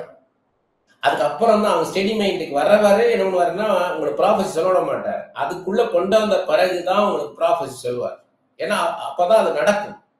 பாத்திரவான் ஆக்கணும். முதல்ல சொல்ற காரியம் நடக்கும்னா அவங்க பாத்திரவான ஆக்கணும், பாத்திரவான ஆகணும். அது அவர் தான் கொண்டாடுவார், ப்ரிப்பேர் பண்ணுவார். இன்னொரு காரியம் எப்படின்னா, உங்க ப்ராஃபஸி சொன்ன பிறகு எப்படி இருப்பாங்க அப்படின்றத உங்களுக்கு காமிப்பார். அதான் வெளிப்பாடு. ப்ராஃபஸி வர்றதுக்கு முன்னாடி அவங்க எப்படி இருந்தாங்க, இந்த ப்ராஃபஸி வந்த பிறகு எப்படி இருப்பாங்க, பழைய மாதிரி இருப்பாங்கன்னு அவங்கள சொல்லாதன்றவர். அதான் ஞானத்தை போதிக்கும் வசனம்ன்றது. வேர்ட் ஆஃப் விஸ்டம் அந்த கிஃப்ட் இருந்துச்சுன்னா, உங்களுக்கு வேர்ட் ஆஃப் நாலேஜ், அறிவுணத்து வசனத்துல உங்களுக்கு வெளிப்படுத்திடுவார். அந்த மனுஷனுடைய நேச்சுரல் இதுதான். இவன் கேட்டுட்டு என்ன பண்ணுவான், பழையதான் பண்ணுவான், நீ சொல்ற மாதிரி செய்ய மாட்டான். ஒரு திருமணத்தை நீங்க செய்ய வேண்டாம் அப்படின்ட்டேன் நான், இது தேவ சித்தம் இல்லைன்ட்டேன். ஏன்னா காரணத்தையும் சொன்னேன் நான், இதோடைய நம்பிக்கை வேற, இது இயேசுதான் தெய்வம் வணங்குது. ஆனா அவங்க பொதுவாக கிறிஸ்தவர்களா இருக்காங்க. இயேசுடைய தாய் தானே மரியாள், மரியாளையும் நம்ம வணங்கலாம்னு இருக்காங்க அந்த குடும்பம். சிலை வழிபாடுகள் உள்ளவங்க, எல்லா பரிசுத்தவான்களையும் அவங்க தொழுது கொள்ளுகிறவங்க. இந்த பொண்ணுக்கு அங்க ஒத்து வராது அப்படின்றது சொல்லிட்டேன் நானு. இதான் ரெவலேஷன்றது. அந்த குடும்பத்துல என்ன நடக்கும், எப்படி நடக்கும்ன்றது இது ஆண்டவர் சொல்றது, ஆண்டவருடைய மைண்டு. அதை மீறி கல்யாணம் பண்ணி வச்சாங்க. கிட்டத்தட்ட 10 வருஷம் 12 வருஷம் கழிச்சு விவாகரத்து நடந்துச்சு. அப்ப நம்ம சொல்லியும் சில பேர் என்ன கேட்க மாட்டாங்க. அடுத்து அவங்க வரும்போது அவங்க சொல்ல மாட்டாங்க. ஒரு தடவை சொல்லுவாரு, அதன்படி இவங்க கீழ்ப்படிஞ்சு நடந்தாங்கன்னா அடுத்தும் சொல்லுவாரு. அவங்களுக்கு கீழ்ப்படியாம அவங்க இஷ்டம் போல போனாங்கன்னா அடுத்து அவங்களை குறிச்சு பேச மாட்டார். ஒரு மனுஷனை நீங்க சரியா நடத்தணும், கர்த்தரை நடத்தணும்னா, கர்த்தர் பிடிச்சுக்கோங்க, அவர் தானங்க வழி, அவர் தானங்க தெய்வம், அவரை தவிர வேற தெய்வம் கிடையாதுங்க, அவர் தாங்க வழி, அவரை பிடிச்சுக்கோங்க அப்படின்னு அடுத்த கேள்வி, எப்படிங்க பிடிக்கிறதுன்னு என்ன பண்ணுவீங்க? வேதத்துக்கு நேரா நடத்தணும். யாரா இருந்தாலும் சரி வேதத்தை படிங்க. வேதத்துக்கு நேரம் ஒருத்தனை நடத்தினீங்கன்னா போதும். ஏன்னா இங்க போகும்போது, வேதத்துக்குள்ள போகும்போது என்ன ஆகும், இயேசு பேசுவார், ஆண்டவர் பேசுவார் அவங்களோட. அப்பதான் அவங்க சரியான வழிக்கு வருவாங்க. நம்ம எவ்வளவுதான் நீங்க போய் பேசிக்கிட்டு இருப்பீங்க அவங்கள்ட்ட. ஆண்டவர்கிட்ட கொண்டு வரணும்னா வேதத்துக்கு நேரா நடத்தணும். அதனால எனக்கு பாத்தீங்கன்னா பர்சனலா ப்ராஃபஸியை காட்டிலும் வயதுல மூத்த ஊழியக்காரங்க, நல்ல அனுபவத்துல உள்ளவங்க, ஆவிக்குரிய ஜீவிதத்துல நல்ல அனுபவம் உள்ளவங்க வேதத்தின் காரியங்களை எடுத்து பேசும்போது எனக்கு ரொம்ப பிடிக்கும். அது எனக்கு அதான் மேலானதா இருக்கு. ஒரு ப்ராஃபஸியா எனக்கு ஒரு காரியத்தை ஒருத்தவங்க சொல்றாங்க, அதே இது இன்னொருத்தர் இந்த மாதிரி தீர்க்கதரிசனம் வரவே கிடையாது அவருக்கு, ஆனா வேதத்தை நல்லா கற்று தேர்ந்தவர், பைபிள்ல இப்படித்தான் நடத்துறாரு, இப்படித்தானே யோசுவா நடத்தினார், இப்படித்தானே ஆபிரகாம் நடத்தினார், இப்படித்தானே ஈசாக்க நடத்தினார், இப்படித்தானே தெபோரால நடத்தினார், இப்படித்தானே மொர்தெகாயை ஆசீர்வதித்தாரு, யோசேப்புடைய வாழ்க்கையில் இப்படிதான் நடந்ததுன்றத அந்த வெளிப்பாடுகள் சொல்றாங்க பாருங்க. ஆழமான வெளிப்பாடுகள், மேலோட்டமா நமக்கு தெரிஞ்சது இல்லை, அதுக்கு அப்பாற்பட்டு ஆழமான காரியங்களை அவங்க அந்த வெளிப்பாடுகளை சொல்றாங்க பாருங்க. அதுதான் எனக்கு மேலானதா இருக்கு பர்சனலா. ஆனா பல ப்ராஃபஸி கேட்டுட்டேன் 23 வருஷம். அதுக்கெல்லாம் மேலானது வெளி வேதத்துல இருந்து சொன்னீங்கன்னா போதும். அதுதான் அல்டிமேட் ப்ராஃபஸி. இயேசு கிறிஸ்து வந்து ப்ராஃபஸி சொன்னார் எப்படி சொல்லுவார்? பைபிள்ல தான் சொல்லுவார். நான் அப்போஸ்தலனாகிய யோவானை எப்படி நடத்தினேன், யோவான் ஸ்நானகனை எப்படி நடத்தினேன், ஏன் பவுலை கொண்டாந்து எழுத வச்சேன், ஏன் பவுலை ஏன் கூட வச்சுக்கிடல, 12 சீஷன்ல ஒருத்தரா ஏன் நான் பவுலை வைத்துக் கொள்ளல, இப்படிலாம் பேசினா எப்படி யோசித்து பாருங்க. அப்படிதான் இதை செய்வேன். கடைசியில ஒரு வரிதான் ப்ராஃபஸி, 99 வரிகள் வந்து வெளிப்பாடு, கடைசி ஒரு வரிதான் ப்ராஃபஸி. அந்த 99 தான் நமக்கு தேவை. காரண காரியங்கள் இதன் அடிப்படையில தான், வேதத்தின் அடிப்படையில தான் கர்த்தர் நடத்துவார். இதை குறித்து சொல்லணும். இன்னொன்னு, வேதத்திலிருந்து ஒரு காரியத்தை சொல்லாம ப்ராஃபஸியா சொன்னா கூட அது சுயமாக சொல்லப்படலாம், அவங்களாக சொல்லலாமே. பைபிள்ல இருந்து ஒரு காரியத்தை சொல்லி இந்த சம்பவத்துல எப்படி நடத்தினாரோ அப்படிதான் உங்க வாழ்க்கையில நடத்துவார்னு சொல்றதுதான் நமக்கு சரியாக இருக்கும். ஏன்னு கேட்டீங்கன்னா, சுயமா சொல்லும் போது என்ன கேட்டீங்கன்னா, அவங்களுடைய சுய எண்ணம், சுய பரிதாபம், சுய விருப்பம், மனிதனை பிரியப்படுத்துவது, இது எல்லாம் அதுல வந்துடும். சுயமா சொல்லும் போது அவங்க ஓன் தாட், ஓன் ஃபீலிங், நம்மளை பிரியப்படுத்தணும்னு பேசுவாங்க, நம்ம மேல பரிதாபப்பட்டு சில காரியங்களை சொல்லுவாங்க. ஐயோ இவ்வளவு நாள் நடக்கல, சரி இப்படி சொல்லுவோமே அப்படின்னு சொல்லுவாங்க. அது ஆண்டவர் பேசுனதே கிடையாது. அது ஃபுல்லா இவங்களுடைய பச்சாதாபமும் இவங்களுடைய இரக்கமும், அதனால வந்த ஒரு மனிதனுடைய ஆறுதலான வார்த்தைகள். அது கர்த்தர் தருகிற வார்த்தை கிடையாது. நமக்கு தேவை கர்த்தர் பேசணும், நமக்கு ஒரு தெளிவு வேணும். நம்முடைய வாஞ்சிய தாகத்தை கர்த்தர் தீர்த்து வைக்கிறதை காட்டிலும், நிறைவேற்றுவதை காட்டிலும், தேவ சித்தம், தேவ நடத்துதல் தான் நமக்கு தேவை. அதுதான் நமக்கு தெரியணும். நான் விருப்பப்படுறேன், அதை வந்து ஆண்டவர் ஆசீர்வதித்து தரணும்னு இல்லை. என்னுடைய அறிவு குறைவுள்ளது, நான் இன்னைக்கு நான் விருப்பப்படுறேன், அடுத்த வாரம் நான் விருப்பப்பட மாட்டேன். அப்ப இதை நிறைவேற்றுவார்னா அடுத்த வாரம் எனக்கு பிடிக்காம போயிடும். அப்ப அதுல தேவ சித்தமும் தேவ நடத்துதல் தான் முக்கியம். அவர் சித்தம் நடக்கணும், அவருடைய விருப்பம் நடக்கணும், அதுதான் நமக்கு சரியா இருக்கும். ஒரு மனுஷன் வாழ்க்கையில இல்ல ஒரு குடும்பத்துல தொடர்ந்து கஷ்டத்துல இருப்பாங்க. அது எதனால அப்படின்ற வெளிப்பாட்டை தெரிஞ்சாதான் அந்த குடும்பத்துக்கு, அந்த மனுஷனுக்கு நீங்க சரியான தீர்க்க தரிசனம் சொல்ல முடியும். தொடர்ந்து ஒரு போராட்டத்தின் மத்தியில் இருப்பாங்க, தொடர்ந்து வியாதி இருக்கலாம், அது கண்டினியூஸா இருக்கும், அவங்களால தலை நிமிராதபடிக்கு. அப்ப நெடுங்காலமாய் காத்திருக்குதல், இருதயத்தை இழைக்கப்படும் சொன்ன வார்த்தையின்படி அந்த இருதயம் இழைத்து போயிருக்கும். அப்ப அங்க வந்து நம்மளுக்கு சரியான வெளிப்பாடு வேணும். அந்த குடும்பம் ஏன் இந்த மாதிரி கஷ்டத்தின் பாதையில போகுது, அந்த குறிப்பிட்ட மனிதன் ஏன் அந்த கடினமான பாதையில கொண்டு போறார் ஆண்டவர் அப்படின்றது உங்களுக்கு தெரியணும். அது எவ்வளவு காலம் செல்லும்? பார்த்தீங்கன்னா 12 கோத்திரம் இருந்தது. அதுல இசக்கார் கோத்திரம்ன்றது காலகட்டங்களை நிர்ணயிக்கிறது. அதான் கர்த்தருடைய காலகட்டங்களை வெளிப்படுத்துறது அந்த இசக்கார் கோத்திரத்துடைய வேலையை. அது மாதிரி நம்ம இருக்கணும்.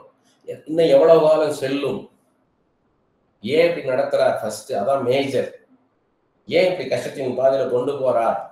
ஏன்னா அப்போஸ்தலனாகிய யோவான் எழுதின சுவிசேஷம் 9ஆம் அதிகாரத்துல பார்க்கிறோம். ஒரு பிறவி குருடனை கொண்டாந்து நிறுத்தி, சீஷர்கள் தான் ஆண்டவரோட பேசிட்டே இருக்கிறவங்க. ஆண்டவர் என்னெல்லாம் கூட்டத்துல பேசினாரோ அதை விட அதிகமா இரவு பகல இவங்ககிட்ட தான் பேசிக்கிட்டு இருக்கிறாரு. இவங்களுக்கு நல்லா தெரியும் ஆண்டவருடைய சிந்தையும் சித்தமும் நடத்துதலும். இவ்வளவும் தெரிஞ்ச பிறகு இந்த சீசன் என்ன பண்றாங்க, ஒரு குருடனை பிறவி குருடனை கொண்டாந்து நிப்பாட்டி இவன் செய்த பாவமா இவன் பெற்றோர் செய்த பாவத்தினால இருந்த சாபமான்னு கேட்கிறாங்க. இப்ப ஆண்டவர் என்ன சொல்றாரு, இது இவன் செய்த பாவம் அல்ல, இவன் பெற்றோர் செய்த பாவம் அல்ல, தேவனுடைய கிரியை இவனிடத்துல வெளிப்படும்படியாக இப்படியாக பிறப்பிக்கப்பட்டிருக்கிறான் சொல்லி அவன் கண் பார்வையை கொடுக்கிறார். அப்ப இந்த வெளிப்பாடு இருந்தா தான் அங்க சொல்ல முடியும். நீங்க இந்த மாதிரி நடத்துவாரு ஆண்டவர். அந்த மகிமை, அவருடைய மகத்துவம், அவருடைய அன்பு உங்க வாழ்க்கையில வெளிப்படுத்துவார். உங்களை கைவிட மாட்டார். அது மேம்போக்கான வார்த்தை கிடையாது. பைபிள்ல இருந்து ஒரு வெளிப்பாட்டை வாங்கி நீங்க ப்ராஃபஸிய சொல்லும் போதுதான் அதுக்கு வெயிட். இந்த வெளிப்பாட்டை பெறுவதற்கு நீங்க என்ன பண்ணணும்னு கேட்டீங்கன்னா, வேதத்துல இருந்து வெளிப்பாட்டை பெறுவதில் நீங்க பழகணும். அதுக்கு நீங்க பயிற்சி செய்யணும். நீங்க ஏற்கனவே படித்த போர்ஷன்ல ஏற்கனவே நம்ம யோசேப்பு வாழ்க்கை குறித்தும் கானாவூர் கல்யாணத்தை குறித்தும் பார்த்தோம். நம்ம அதுல எப்படி வெளிப்பாடை வாங்குறது, அது மாதிரி நீங்க பைபிள்ல ஏற்கனவே தெரிஞ்ச காரியத்திலேயே நீங்க மறுபடியும் அதை தியானிக்கணும். அதுக்கு மேல என்ன காரியம் இருக்கு, அதுக்கு அப்பாற்பட்டு.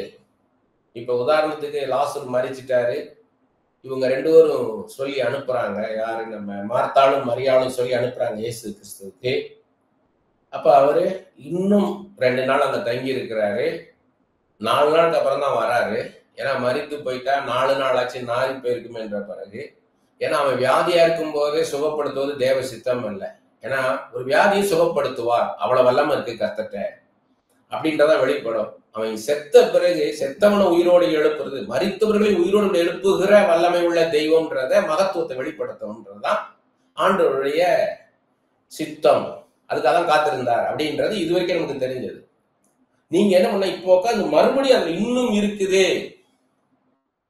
இருக்குதுன்னு உட்காந்து படிக்கிறேன். இப்ப மோசேட்ட 40 நாள் இரவு பகல் பேசின பிறகு இன்னும் இருக்க மாட்டேன்ற, இன்னும் இருக்கு, அதையும் நான் கத்துக்கொள்ளணும்ன்ற. அப்படி போல இன்னும் இருக்குதுல்ல. சங்கீதம் 23 சின்ன பிள்ளைய கூட சொல்லும் அப்படின்னு சொல்லிடுவோம். கர்த்தரின் மேய்ப்பராதான் நான் தாழ்ச்சி அடையேன்றத. அது இது என்ன வெளிப்பாடு ஆண்டவரே, இன்னும் பேசுங்கப்பான்னு கேட்கணும். இன்னும் இருக்கு. ஏன்னா இது Bible once for all written கிடையாது. இது ஒரு காலகட்டத்துக்கான புஸ்தகம் கிடையாது. இப்ப இன்னைக்கு ராத்திரி நான் கர்த்தரின் மேய்ப்பராக நான் தாழ்ச்சி அடைன்னு படிச்சேன்னா எனக்கு அது ஒரு பெரிய வெளிச்சத்தை கொடுக்கும் எனக்கு. எப்ப தெரியுமா, அது கர்த்தரின் மேய்ப்பராக நான் தாழ்ச்சி அடையன்னு என்னை இன்சல்ட் பண்ணும் போது எனக்கு அந்த வார்த்தை தான் எனக்கு தூக்கி நிறுத்தும். அந்த 10 தொழிலாளிகளுக்கு சொல்ல கொடுத்தாரு, 9 பேரு அவருக்கு நன்றி சொல்லல, ஒருத்தன் மாத்திரம்தான் ஆண்டவருக்கு நன்றி சொன்னான்றது எப்பவுமே எனக்கு அது கண்ணு முன்னால் இருக்கும். ஏன்னா இது அந்த ஏற்கனவே சொன்ன பாருங்க, மிராக்கிள் ஒருத்தருக்கு 1.6 crores கிடைச்சது, ஒருத்தருக்கு 1.3 crores கிடைச்சதுன்னு. அவங்கெல்லாம் திரும்பி பார்க்காம போயிட்டாங்க. இப்படி நிறைய சொல்லலாம். அவ்வளவு அற்புதங்கள் பெற்றுக்கொண்ட யாருமே நன்றியோட அற்புதம் நடந்ததுன்னு சொன்னதே கிடையாது. அவங்க அப்படியே அந்த அற்புதம் பெற்றுக்கொண்டோட அப்படியே போயிட்டாங்க. ஆனா அன்னைக்கு நான் என் மனைவி பேசும்போது, இன்னைக்கு ராத்திரி நாங்க பேசும்போது, அந்த பானபாத்திரக்காரன் யோசேப்பை மறந்துட்டான். அது நல்லது. ஏன்னா மனிதன் நினைவு கூறுற கடையிலும் ஆண்டவர் நினைவு கூர்ந்த போது அது நல்லா இருந்தது. அந்த பானபாத்திரக்காரன் சொல்லி இருந்தான்னா பார்வோன் சந்திரிச்சிக்கவே முடியாது யோசேப்பு. நெவர். அவன் மறந்ததுனாலதான் பார்வோனுக்கு ஒரு சொப்பனத்தை கொடுத்து அந்த சொப்பனத்துக்கு வழக்கம் சொல்றதுக்கு யாராலையும் முடியல என்ற ஒரு சிச்சுவேஷனை கிரியேட் பண்ணி யோசேப்பை கொண்டாந்து மகோன்னதமான ஸ்தானத்தில் நிப்பாட்டிட்டார். நம்ம உடனே ஆமையை அலையிலன்னு சொல்லக்கூடாது. Still God is speaking. அவர் பேசி முடிக்கல இன்னும் ஆண்டவர். இன்னும் இருக்குது. நீங்க சொன்ன எல்லாமே சரியான பதில் தான். பெருமை இருக்கக்கூடாது. ஏன்னா பெருமை சுயம்.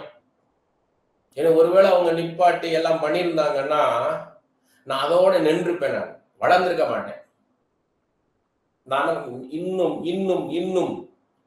இன்னுமாக ஆண்டவர்கிட்ட வெளிப்பாடு வாங்கணும், அதை விட தொடர்ந்து இந்த மாதிரி அற்புதங்கள் நடக்கணும்ன்றது எனக்குள்ள இருந்துகிட்டே இருக்குது. ஏற்கனவே நான் சொல்லியிருக்கிறேன். பல வருஷங்களுக்கு முன்பாக ஒரு பார்வை இல்லாத ஒரு குருட்டு பெண்ணுக்கு, ஒரு வாலிப பொண்ணுக்கு நான் ஜெபம் பண்ணி அந்த செகண்ட் என்ன பண்ணிச்சுன்னா, கண்ணுல கையை வச்சு நான் ஜெபம் பண்ணி கையை எடுக்கிறேன், கண்ணு திறந்துருச்சு. கண் பார்வை வந்துருச்சு. பிளைண்ட் அது. அத்தனை வருஷமும் அது பிளைண்ட். அந்த கண்ணு பார்வை கிடைச்சிச்சோடனே நான் வந்து அதை பைபிள் ஸ்டடியில ஷேர் பண்ணேன். அப்ப வீட்லயே பைபிள் ஸ்டடி எடுப்போம். அப்ப ஷேர் பண்ணும்போது எல்லாரும் போய் போட்டோ எடுத்துடலாம், இன்டர்வியூ எடுக்கலாம், வீடியோ எடுத்து வந்துடலாம். நான் சொன்னேன், அதை எடுத்து கொண்டாந்து போட்டுடலாம். போட்டா நாளைக்கு 100 பேர், குறைஞ்சது ஒரு 100 பேர் வீட்டு வாசல்ல நிற்பாங்க. அத்தனை பேருக்கு அற்புதம் செய்வாரா?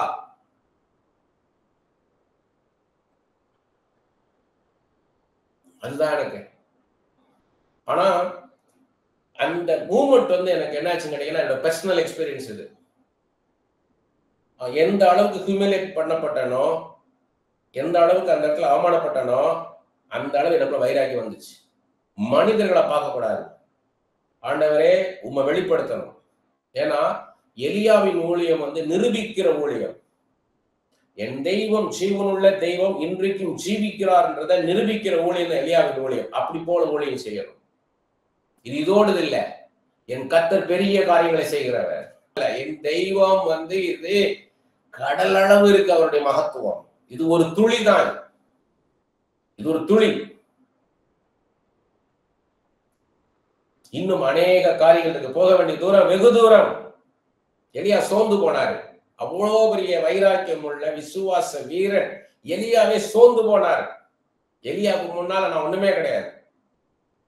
ஏசபேல்ன்ற ஒரு சாதாரண ஒரு மனுஷி நாளைக்கு இந்த நேரம் நான் எலியாவின் தலையை வாங்குவேன்னு சொன்ன உடனே பயந்து போய் ஓடி சூரச்செடி கீழே போய் உட்கார்ந்து, போதும் கர்த்தாவே போதும், என் ஆத்துமாவை எடுத்து போன என் பிதாக்களை போல நல்லவன் அல்ல என்றார். 1 ராஜாக்கள் 19:4.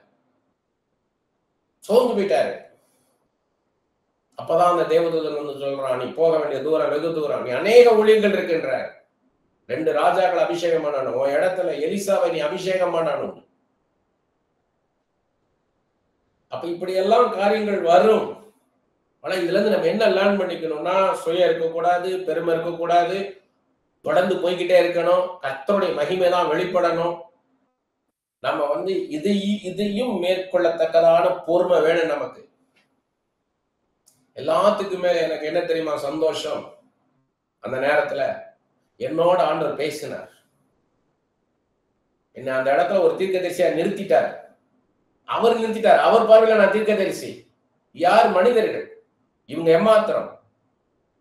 ஆண்டவருக்கு எனக்கு தான் கணக்கு. என்கிட்ட பேசுனது யாரு? அவர் தான் தீர்க்கதரிசி. அவர் என்னை அந்த பாத்திரம் எடுத்துக்காரு. அந்த இடத்துல எனக்கு அந்த கணத்தை கொடுத்திருக்கிறார். நீ சொல்லு, நான் செய்கிறேன். எப்படி இருக்கு யோசித்து பாருங்க. அதுதான் நம்மளுக்கு மெசேஜ். என்ன மாத்திரம் பாரு, நீ எந்த மனுஷனையும் பார்க்காத, என்ன மாத்திரம் பாரு. இன்னும் அநேக காரியங்கள் இருக்குது. இதை விட பெரிதான காரியங்களை ஒண்ணு நான் செய்வேன். இந்த நிந்தைக்கு பதிலா என்ன பண்ணுவாருன்னு கேட்டீங்கன்னா, அதுதான் பைபிள் நல்லா படிங்க படிங்க படிங்கன்றது. அந்த நேரம் எனக்கு வெளிப்பாடுகள் தான் வேணும். ஒரு மனுஷன் வந்து எனக்கு தீர்க்க தரிசனம் சொல்றது போதாது. எனக்கு யார் பேசணும்? கர்த்தர் பேசணும், ஆண்டவர் பேசணும், தெய்வம் பேசணும், படைத்தவர் பேசணும், என்னோட பேசினவர் என்னோட பேசணும். என்ன நடந்துகிட்டு இருக்குதுன்னு. அதுதான் அந்த நேரத்துல எனக்கு அந்த மனாசேயும் எப்ராயிம் கொடுப்பேன். இதை தொடர்ந்து பேசிட்டு இருக்காரு. எனக்கு மனாசேயும் எப்ராயிம் என்ன? மனாசேனா என் நிந்தையெல்லாம் நான் மறக்கும்படி செய்தார் என் கர்த்தர். என் குடும்பம் என்னை வருத்தப்படுத்தின குடும்பத்தை மறக்க செய்தார் என் கர்த்தர். அதான் மனாசே. எப்ராயிம்ன்றது எங்கே சிறுமைப்பட்டிருந்த இடத்துல, எங்கே சிறுமைப்பட்டிருந்தோ அதே இடத்துல என்னை கர்த்தர் பலுக பண்ணுவார்ன்றதான் எப்ராயிம். அந்த மனாசேயும் எப்ராயிம் எனக்கு உண்டு.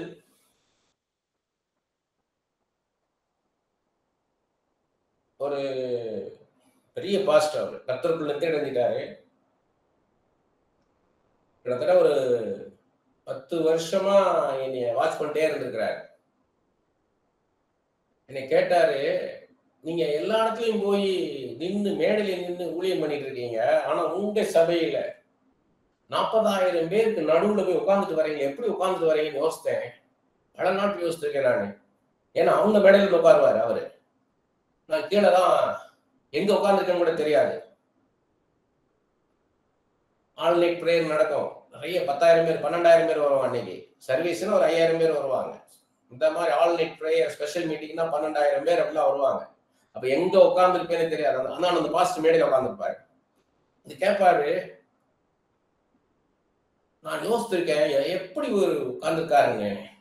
எவ்வளவு ஒரு பொறுமை வேணும், எவ்வளவு சகிப்புத்தன்மை வேணும். இந்த கூட்டத்தோட கூட்டமா உட்கார்ந்து இருக்கிறதுக்கு உங்களை எப்படி பக்குவப்படுத்தி இருக்கிறார் அப்படின்னு. இன்னொருத்தர் சொன்னாரு, அவரு கிட்டத்தட்ட 30 வருஷம் பழக்கம் அவரு. அவரு சொன்னாரு, நம்ம தொடர்ந்து நம்ம வாட்ச் பண்ணிட்டே வந்தோம். எங்கெல்லாம் இருந்தீங்களோ அங்கெல்லாம் கஷ்டப்பட்டு வராரேன்னு யோசித்தேன். இவ்வளோ டேலண்டட் பர்சன், அனாயிண்டட் பர்சன், இவ்வளவு ஒரு பைபிளை நல்லா படிச்சு நல்லா தெரிஞ்ச ஆளு, விளம்பரம் பிரியரா இல்லாத ஒரு ஆள் இப்படி வரீங்களே. கர்த்தருடைய நாமப்படியே சொல்றேன், நான் உங்களுக்காக சொல்றேன். நான் அப்பதான் பார்த்தாராம், ஒருத்தன் போறான் ரோட்ல, உங்களை அடிக்கிறான். நீ கேட்குற ஏன்டா அடிக்கிறேன்னு கேட்குறீங்க. அவன் திரும்ப அடிக்கிறான், சொல்ல மாட்டேங்கிறான், திரும்ப அடிக்கிறான். அடுத்து இன்னொருத்த வர, அவனு அடிக்கிறான். நீ ஏன்டா அடிக்கிறான்னு அவனும் சொல்ல மாட்டேங்கிறான், அவனும் அடிக்கிறான். இப்படி போற வரன்னு அடிக்கிறான். அடுத்து பாத்தீங்கன்னா போறவன வாடா அடிறான்றீங்க, வா அடி, எதுக்கு விடுற, வா அடின்றீங்க. அப்படி பழகிட்டீங்க. அடி மேல அடி வாங்கி பழகிட்டீங்க. அதுல இதெல்லாம் நான் கடந்து போகணும்.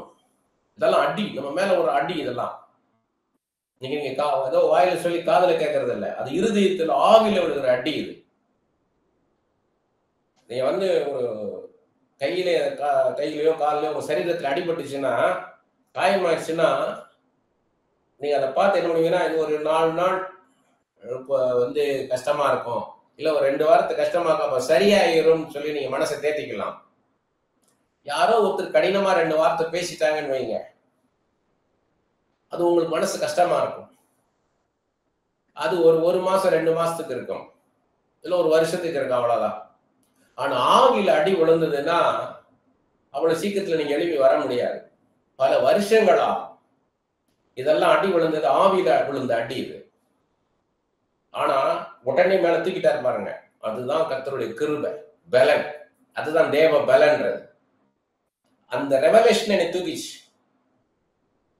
என்னை பார், நான் உன்னோட பேசி இந்த காரியத்தை செஞ்சிருக்கேன், உன் மூலமா தான் நான் செஞ்சிருக்கிறேன். இந்த உலகம் தெரியாது, எனக்கு தெரியாதா, நான் அறிவேன்ட்ட, என்னுடைய புஸ்தகத்தில் எழுதி வச்சிருக்கேன்ட்ட, முடிஞ்சு போச்சு. அதுதான் ரெவலேஷன் ரொம்ப முக்கியம். நம் கண் எதிரில் இருக்கும் ஜனங்கள், நான் எழுதுனதை அப்படியே படிக்கிறப்பதான் உங்களுக்கு நல்லா புரிஞ்சுக்குவீங்க. நம் கண் எதிரில் இருக்கும் ஜனங்கள் அவருடைய வாழ்க்கையில் தடுமாறும் போது, போராடும் போது என்ன நடக்கின்றது, ஏன் அப்படி நடக்கின்றது என்பதை அவர்கள் அறிந்து கொள்ள முடியாத போது, வேதத்தை பிளஸ் கர்த்தரை பற்றிய வெளிப்பாடு உள்ள மனிதனால் அந்த ஜனங்களுக்கு என்ன நடக்கிறது, ஏன் அப்படி நடக்கிறது என்பதை விவரித்து சரியாக சொல்ல முடியும். வேதத்தின் ரகசியங்களை, பிரமாணங்களை அறிந்தவர்கள் தான் இதை செய்ய முடியும். ஒரு மனுஷனுடைய வாழ்க்கையில் நடக்குதுன்றது அவங்களுக்கு தெரியாது. ஏன் அப்படி நடக்குது, எதனால இப்படிப்பட்ட வாழ்க்கைக்கு நான் வந்திருக்கிறேன், ஏன் இந்த மாதிரி வாழ்க்கையை நான் வாழணும், கம்ஃபர்டபுளா இல்லை, இது கடினமான வாழ்க்கையா இருக்குது, என் மேல கழுத்து நிமிர முடியாதபடிக்கு நுகத்தடி அழுத்தின மாதிரி இருக்கு, என்னைய கட்டி வச்ச மாதிரி இருக்குது, நான் சுதந்திரமா இல்லை, ஏன் அப்படிப்பட்ட வாழ்க்கையை வாழ்றேன் அப்படின்னும் போது அவங்க அறிவினால, அவங்க ஞானத்தினால அறிந்து கொள்ள முடியாத போது, வேதத்தின் நல்ல வெளிப்பாடு உள்ள மனுஷனால அவங்களுக்கு சொல்ல முடியும் அந்த காரணங்களை. ஏன் இப்படிப்பட்ட வாழ்க்கையில கொண்டு போயிருக்கார் கர்த்தர், எதற்காக, ரீசன்ல சொல்ல முடியும், காரண காரியங்களை சொல்ல முடியும். ஒருவருடைய ஆவிக்குரிய நிலைமை, கர்த்தருக்கும் அருளுக்கும் உறவு, இதை பற்றிய வெளிப்பாடு இருந்தால்தான் அவர்களுக்கு ஊழியம் செய்ய முடியும். அவங்க என்ன நிலைமையில் இருக்கிறாங்க, அவங்களுடைய விசுவாசம் எந்த லெவல்ல இருக்குது, அவங்க வேதத்தை பற்றி அறிகிற அறிவுல எவ்வளவு இருக்கிறாங்க, கர்த்தருக்கும் அவங்களுக்குள்ள உறவுல எப்படி இருக்காங்கன்னு அவங்க ஸ்பிரிச்சுவல் கண்டிஷனை நீங்க தெரிஞ்சாதான் இந்த நிலைமையில இருக்காங்கன்னு தெரிஞ்சாதான் நீங்க சரியான ஒரு ஊழியத்தை நீங்க செய்ய முடியும். இல்லைன்னா எதையோ ஒண்ணு ப்ராஃபஸியா ஏதோ ஒண்ணு தூக்கி போட்டு போவீங்க. டு த பாயிண்ட் சொல்லணும், ரீசன்ஸோட சொல்லணும், விவரிச்சு சொல்லணும். இதை பற்றி தெரியாமல் தீர்க்கதரிசனம் சொல்லுவோமானால் நாம் குருடரா இருந்து கொண்டு அவங்களுக்கு வழி சொன்னது போல ஆகிடும். நம்ம பிளைண்டா இருக்கோம், நம்ம வழிகாக்க கொஞ்சம் சும்மாடி போங்க அப்படி போங்கன்னு சொல்ற மாதிரி ஆகிடும். இதுதான் ஒரு தீர்க்கதரிசிக்கு வெளிப்பாடு அவசியம்.